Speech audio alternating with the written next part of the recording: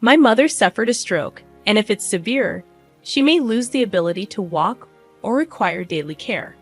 The day after receiving this distressing news, I returned home to find my husband Jake and my mother-in-law engaged in conversation in the living room. Tears welled up in my eyes as I shared the situation with them, but Jake's response was unexpectedly cold. "What are you talking about? She's elderly, right? Shouldn't we just leave her care to a facility?" He callously remarked. "You must be joking. She's my only mother," I responded, searching for the right words. However, my plea was met with a dismissive attitude. "You're already a part of this family, right? You shouldn't get involved in your family matters. Even if there's an expense, we can't bear it." "My son is right. I wish that old woman would just pass away soon," added my mother-in-law. Those words shook me to the core. I might have endured such remarks if they were directed at me, but I couldn't forgive the insult towards my mother. In that moment, I silently vowed to myself that someday I would find a way to stand up to these two. That opportunity presented itself a year later. I, Lisa Furr, was a 29-year-old housewife. Prior to living with my mother, I had dedicated myself to a successful career at a major company. My father's sudden demise from illness left only my mother, Susan, to be my constant support. In my heart, she held a special place. Her warm embraces and unwavering strength were a daily reassurance. Despite not leading a lavish life, my mother took on various part-time jobs to provide everything I needed, including tuition for hobbies and classes. Driven by a deep desire to one day offer her a comfortable life, I studied diligently and eventually secured a position at the company of my dreams. When my employment was confirmed, my mother shared in my joy by embracing me. "I'm so glad your dreams have come true," she expressed her genuine happiness. Jake Fuller, who later became my husband, was my first mentor at the new job. He guided me through the intricacies of the role, and our mutual trust deepened. As we started having dinner together more frequently, our emotional connection naturally grew. Following his passionate confession, our relationship evolved into a romantic one, and we began dating. Jake was assertive and experienced, leading our relationship with confidence. At 26, he made a significant proposal. "Lisa, would you start a new chapter with me? I promise to make you happy." "Thank you, Jake. I'm truly overjoyed," I replied, accepting the radiant ring he offered. As I slid it onto my finger, a profound sense of happiness enveloped me, and Jake gazed at me with deep intensity. "Lisa, how do you think we should tell your mom about our marriage?" "Well, I believe no matter how we put it, she'll be overjoyed. After all, she genuinely wants the best for us," I replied, nestled in Jake's embrace as we admired the twinkling city lights, feeling like we were on cloud nine. A few weeks later, the moment arrived to share our engagement news with my mother. As we made our way to her home, a mix of excitement and nervousness filled my heart. When we finally broke the news, her eyes immediately welled up with tears of happiness. "Lisa, it feels like a dream. Congratulations from the depths of my heart." "Thank you, Mom. Please don't cry," I urged gently. "Jake, promise me you'll take good care of my dear Lisa. Ensure she experiences the happiness that outweighs any hardships she's faced," my mother implored, her words resonating deeply with Jake, who nodded earnestly. "Absolutely, I will treasure our future together," Jake vowed, his sincerity evident. Witnessing the heartfelt exchange between my mother and Jake filled me with immense joy. Later, we arranged to visit Jake's family home. I knew that his parents had divorced when he was young, and now he lived with his mother. Despite feeling nervous about meeting my future mother-in-law for the first time, I was determined to make a positive impression, carefully selecting my attire and hairstyle, and picking out special traditional sweets as a gift. I arrived at their home. "Nice to meet you. I'm Lisa Paston. I'm looking forward to getting to know you," I greeted her tentatively, noticing her scrutinizing gaze. There was a hint of judgment in her eyes. "Ah, Jake, so you've chosen a girl who appears quiet and reserved. That's unexpected," she remarked, catching me off guard with her blunt observation. "Mom, please don't judge solely based on appearances. Lisa is a remarkable person inside and out," Jake defended, his voice firm yet gentle. I was hoping for someone with depth rather than superficial charm, she continued, her tone critical. I understand, but I imagined a more glamorous bride for you. And about the gift, I have a sweet tooth. A cake would have been preferable, she remarked, eyeing the cookies I had brought before placing them on the table. I apologize. I should have been more considerate, I replied with a slight tremor in my voice, feeling the tension ease as Jake guided me to sit beside him. Putting that aside, Mom, we've been considering taking the next step and getting married, Jake disclosed. Upon hearing this significant news, his mother sighed deeply and after a brief pause, responded, I figured it was about time, Jake. All right, I understand. Thank you so much.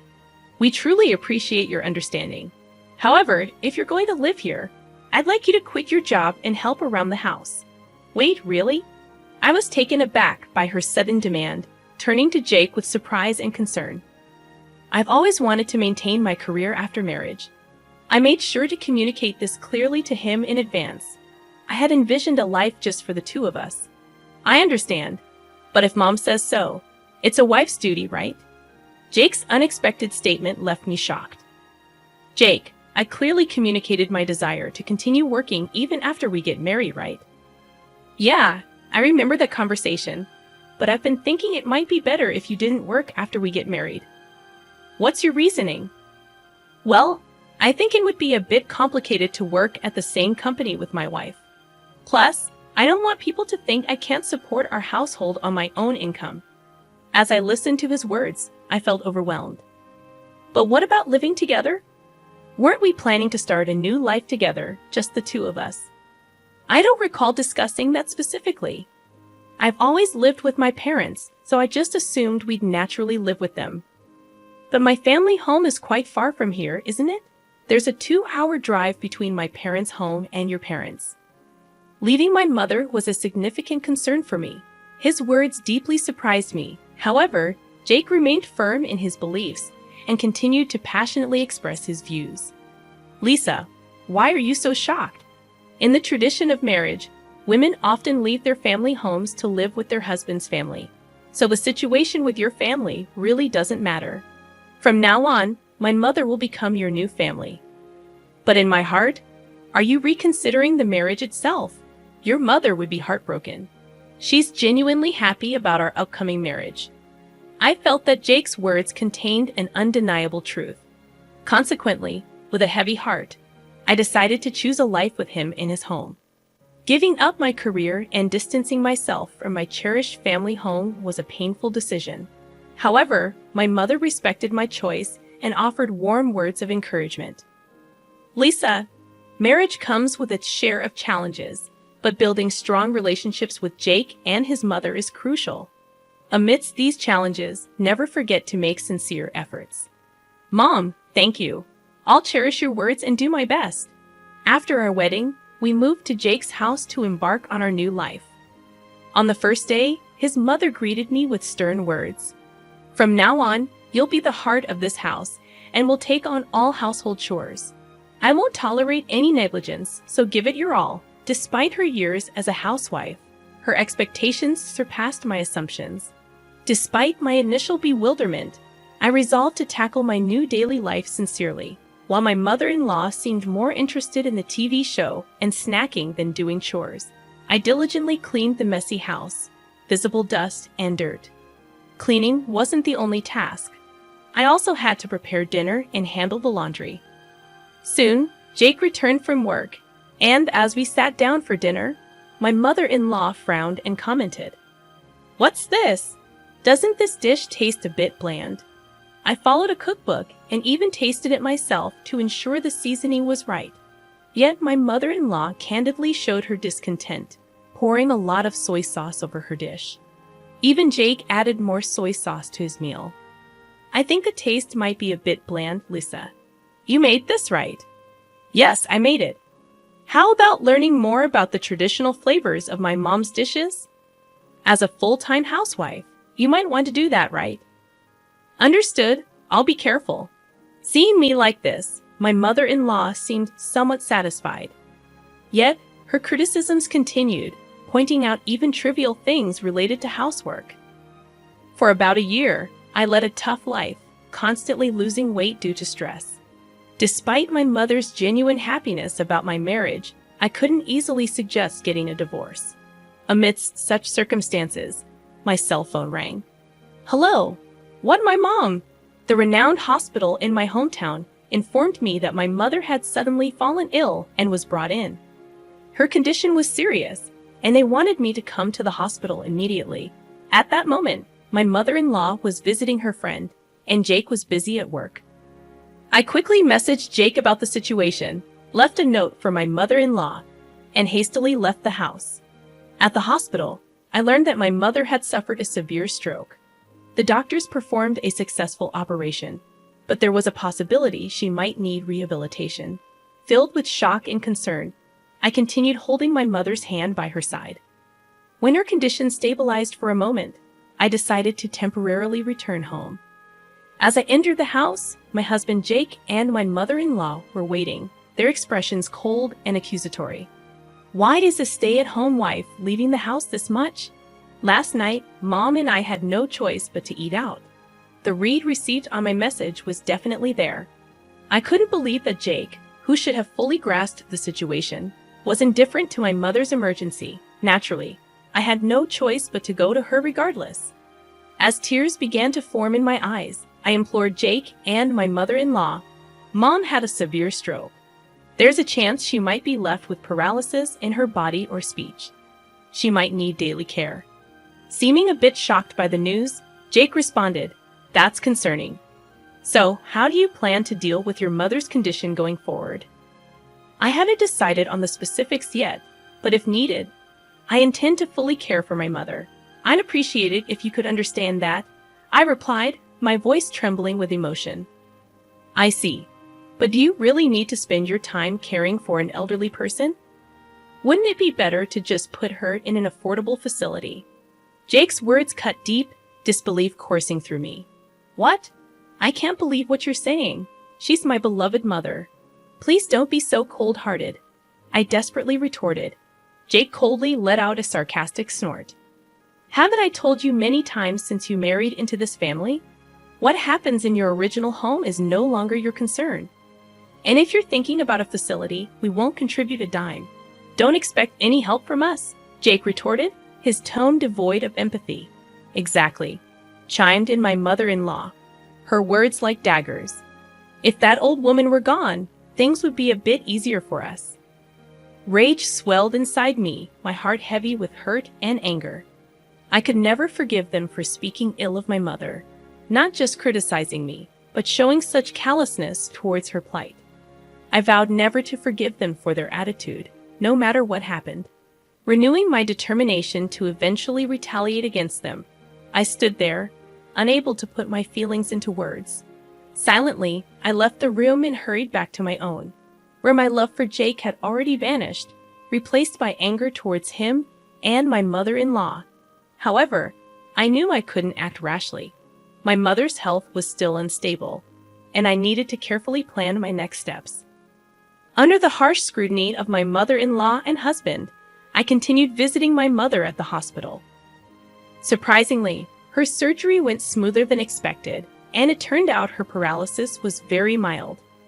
After about half a year of hospitalization and rehabilitation, the doctors declared that my mother could live at home again. "Lisa, I'm sorry for causing you so much worry because of me. Did I cause any trouble for Jake or your mother-in-law?" Despite her own difficult situation, my mother was genuinely concerned about how I was adapting to life in my in-laws' house. Her compassion touched my heart, filling it with both pain and gratitude. Unable to express my thanks in words, I just smiled and squeezed her hand tightly. Meanwhile, the situation in my in-laws' house was different. My mother, father-in-law, and my husband started blaming me for using my mother's condition as a shield, accusing me of neglecting my duties at home because I was too concerned about my own family. My mother-in-law, with a sharp gaze, said, "What are you thinking, neglecting your duties in our house because you're worried about your mother?" Despite my best efforts to fulfill my domestic responsibilities, I found myself under such accusations. In the midst of this blame game, Jake also raised his voice against me. "Honestly, Mom, I didn't think through this marriage well enough back then. I never thought it would become this difficult." My mother-in-law responded with a tilt of her head, saying, "If we had known, I would have opposed the marriage from the start."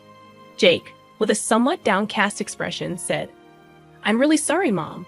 I'll think more carefully and act responsibly from now on." Angrily, my mother-in-law shot back, "It's all her fault. None of this would have happened if she had just properly done her housework." Even as I heard their words, I pretended to feel nothing and continued with my chores. Day by day, I gradually spoke less at home, acting like a machine just going through the motions of housework. Nevertheless, they continued to criticize me even more harshly. Meanwhile, I secretly recorded their harsh words. Using my free time, I also continued to study and acquire qualifications for the future. I was preparing for a future where, even if I ended up separating from Jake, I would be able to live on my own. Despite my daily chores, I did not neglect my efforts towards further growth and qualification acquisition, even if it meant cutting down on my sleep. About a year after my mother's health deteriorated, while I was folding laundry at home, my cell phone rang. "Hello, is this Mrs. Jake Foster's wife?" This is from his workplace. The content of the call was an unexpected event. Jake had been in a traffic accident while commuting during work, and he was immediately taken to a nearby hospital. I calmly accepted the news and specifically conveyed the information to my mother-in-law, who reacted with a panicked expression. "We need to hurry. I will go ahead to the hospital. You should organize the necessary things for the transfer and hospital stay and then follow later." Mother-in-law hastily left the house. I quietly watched her leave and then decided to first complete the administrative procedures I had planned to do at the city office. After returning home from the city office, I spent a long time alone in my room, savoring the silence I hadn't felt in a long time. The morning came, and as the light of a new day streamed through the windows, I slowly woke up. I readied myself and made my way to the hospital where Jake had been admitted. As I slowly opened the door to his hospital room, my mother-in-law, who was waiting, showered me with words of indignation. "What were you doing? You finally came at this time, and while Jake is in such a condition," she exclaimed. Taking a deep breath, I approached Jake's bed. He weakly opened his eyes and seemed to recognize me. Jake had suffered major damage to his spine from the traffic accident. Right now, he was unable to move his lower body. The hospital room was quiet, and only the sunlight streaming in from the window brought a sense of warmth. My mother-in-law stood next to Jake's bed, her eyes filled with tears as she worriedly looked at him. Jake began to speak to me in a weak voice. "I understand that my current situation is tough, but I want to get back to our everyday life at home, Lisa. I think I'm going to need your support for the life ahead." I couldn't meet Jake's pleading gaze and instead formed a light smile as I took out a piece of paper from my bag. It was a divorce paper I had received from the city office yesterday afternoon. My part was already properly signed and stamped. "Jake, I want you to sign this divorce paper," I said calmly. "What? What are you talking about, Lisa?" The color drained from my husband's and mother-in-law's faces at these astonishing words. I took a deep breath and continued speaking calmly. "I haven't forgotten the time you told my frail mother to go to a facility. Why should I take care of you when you can say something like that? Maybe you should consider a facility too. It would be less of a financial burden." "Lisa, are you really saying this?" There was surprise and confusion in my mother-in-law's voice, and at that moment, I could feel how much she was hurting. Maintaining my calm demeanor, I slowly slid the papers toward Jake. "You can fill out these papers once you're feeling better. I will be leaving this house today, so from now on, you and your mom will need to support each other, just the two of you." "Is this a joke, Lisa? Are you serious? Are you really going to abandon me in this state?" Despite his frustrated voice, I maintained my resolve and replied, "Who was it that ignored and neglected my precious mother a year ago? I can't believe you've forgotten. I wonder who would help people like you. Actions always come back to you. I really hope you too receive what you deserve. Just accept your punishment and go straight to hell, you worthless beings." Leaving Jake and my mother-in-law stunned in disbelief behind, I quickly left the place. Hours later, before my mother-in-law returned home, I packed up all my belongings and returned to my childhood home. I had informed my mother about what happened beforehand, so she welcomed me with a warm and gentle expression. As a result, Jake and I had no room for reconciliation, and after a messy divorce process, our divorce was officially finalized. Having firmly recorded Jake's and his mother's inappropriate remarks played a big part, and I was able to receive a satisfactory division of assets. Afterward, it seems Jake returned to his home. I've heard rumors that his mother has taken over his care. Although he got some insurance money, working like before is difficult for him, and it seems he ultimately had to retire. He's now shut himself in at home, and it appears his mother is supporting him through his reckless days. She, influenced by the long-giving life, has also aged considerably. When I heard all this information, I didn't feel a bit of sympathy. I truly wish them what they deserve.